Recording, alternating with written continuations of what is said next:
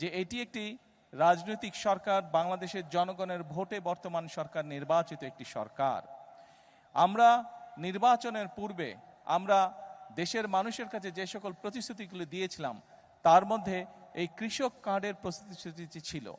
এর বাইরেও আমরা বলেছিলাম যে কৃষকদের, বিশেষ করে যাদের 10,000 টাকা পর্যন্ত কৃষি ঋণ ছিল, 25শে ফেব্রুয়ারি পর্যন্ত সেই কৃষি ঋণের সুদসহ 10,000 টাকা কৃষি ঋণ আমরা মওকুফ করব। আমরা কমিটমেন্ট দিয়েছিলাম নির্বাচনের পূর্বে।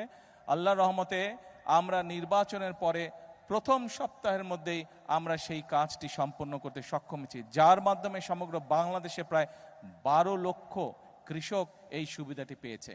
আজকে আমরা হয়তো মাত্র 22,000 কৃষককে এই কৃষক কার্ডের সুবিধা আমরা এই মুহূর্তে পৌঁছে দিতে সক্ষম হয়েছি। বাট পর্যায়ক্রমিকভাবে ইনশাল্লাহ মন্ত্রণালয়ের কাছে, বাংলাদেশ সরকারের কাছে সরাসরি কৃষির সাথে সম্পর্কিত এরকম লিস্ট করা আছে কৃষি মন্ত্রণালয়ের মাধ্যমে। সেটা হচ্ছে প্রায় 2,75,00,000 কৃষক, তাই তো না? 2,75,00,000 কৃষক। এই 2,75,00,000 কৃষকের কাছে পর্যায়ক্রমিকভাবে আগামী 5 বছরের মধ্যে পর্যায়ক্রমিকভাবে আমরা কৃষি কার্ড তাদের কাছে পৌঁছে দিব। সম্মানিত উপস্থিতিবৃন্দ, আপনাদের নিশ্চয়ই মনে আছে 1991 সালের কথা। দেশনেত্রী বেগম খালেদা জিয়া যখন সরকার গঠন করলেন 1991 সালে, উনি কিন্তু 5,000 টাকা পর্যন্ত কৃষি ঋণ মওকুফ করে দিয়েছিলেন। শুধু তাই নয়, 25 বিঘা পর্যন্ত যে কৃষি জমি ছিল সেটির খাজনাও সেই সময় মওকুফ করে দেওয়া হয়েছিল।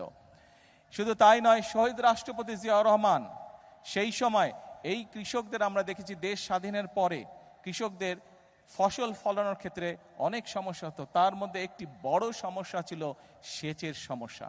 সময় মতন তারা পানি পেত না কৃষক ভাইয়েরা। শহীদ রাষ্ট্রপতি জিয়াউর রহমান খাল খনন কর্মসূচি শুরু করেছিলেন, যার মাধ্যমে আমরা দেখেছিলাম 1 বছরের মধ্যে বাংলাদেশ কৃষিতে মোটামুটিভাবে ফসলে স্বয়ংসম্পূর্ণ হয়েছিল। এবং যেই বাংলাদেশে আমরা দেখেছিলাম 1974 সালে দেশের মানুষ না খেয়ে মারা গিয়েছিল, দুর্ভিক্ষে প্রায় 7 থেকে 8 লক্ষ মানুষ মারা গিয়েছিল, সেই বাংলাদেশেই আমরা দেখেছি শহীদ রাষ্ট্রপতি জিয়াউর সময় শুধুমাত্র খাল খনন করার ফলে, কৃষক সেচ সুবিধা পাওয়ার ফলে আমরা দেখেছিলাম কৃষির উৎপাদন দ্বিগুণ হয়েছিল এবং এই বাংলাদেশ থেকে অল্প পরিমাণে হলেও বিদেশে খাদ্য রপ্তানি করতে সক্ষম হয়েছিল এই বাংলাদেশ। প্রিয় ভাই বোনেরা, সকল উপস্থিতিবৃন্দ, আমাদের লক্ষ্য হচ্ছে এই দেশের শতকরা 40% মানুষ কৃষির সাথে জড়িত।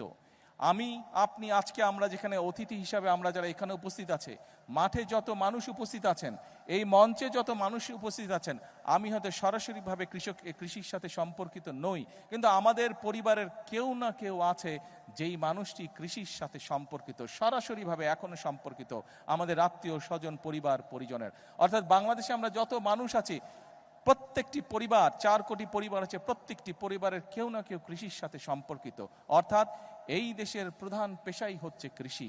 আমি ব্যক্তিগতভাবে বিশ্বাস করি, বাংলাদেশ জাতীয়তাবাদী দল বিশ্বাস করে, বর্তমান বাংলাদেশের মানুষের ভোটে নির্বাচিত বিএনপি সরকার বিশ্বাস করে যে এই দেশের কৃষক যদি সচ্ছল থাকে, এই দেশের কৃষক যদি বেঁচে থাকে, এই দেশের কৃষক যদি ভালো থাকে, তাহলে সমগ্র বাংলাদেশ ভালো থাকতে পারবে, সমগ্র বাংলাদেশের মানুষ ভালো থাকতে পারবে।